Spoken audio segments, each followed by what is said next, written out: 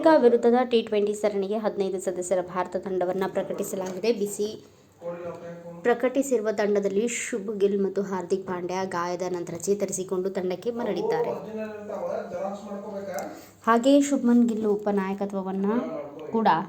ಆದರೆ ಸರಣಿಯಲ್ಲಿ ಅವರ ಫಿಟ್ನೆಸ್ ಬದಲಿಗೆ ಆಯ್ಕೆಯಾಗಿದ್ದರೂ ಗಿಲ್ ಅವರನ್ನು ತಂಡದಲ್ಲಿ ಉಳಿಸಿಕೊಳ್ಳಲು ನಿರ್ಧರಿಸಿದ್ದು ಅವರು ತಂಡಕ್ಕೆ ಮರಳುವುದು ಮತ್ತು ಫಿಟ್ನೆಸ್ ಮೇಲೆ ಪ್ರಕಟವಾಗುತ್ತದೆ ಎಂದು ಸ್ಪಷ್ಟಪಡಿಸಿದ್ದಾರೆ. ಗಿಲ್ ಜೊತೆಗೆ ಹಾರ್ದಿಕ್ ಪಾಂಡ್ಯ ಕೂಡ 2 ತಿಂಗಳ ನಂತರ ಟೀಮ್ ಇಂಡಿಯಾಕ್ಕೆ ಮರಳುತ್ತಿದೆ. ಕೊನೆಯ ಬಾರಿಗೆ 2025ರ ಏಷ್ಯಾ ಕಪ್ನಲ್ಲಿ ಫೈನಲ್ಗೂ ಮೊದಲು ತಂಡದಿಂದ ಆಡಿದ್ದ ಪಾಂಡ್ಯ ಅಂದಿನಿಂದ ತಂಡದಿಂದ ಹೊರಗುಳಿದಿದ್ದರು. ಆದರೆ ಇತ್ತೀಚೆಗೆ ಸಯ್ಯದ್ ಮುಷ್ತಾಕ್ ಅಲಿ ಟ್ರೋಫಿಯಲ್ಲಿ ಆಟಕ್ಕೆ ಮರಳಿದ್ದ ಹಾರ್ದಿಕ್ ತಮ್ಮ ಫಿಟ್ನೆಸ್ ಅನ್ನು ಗುರುತಿಸಿದರು.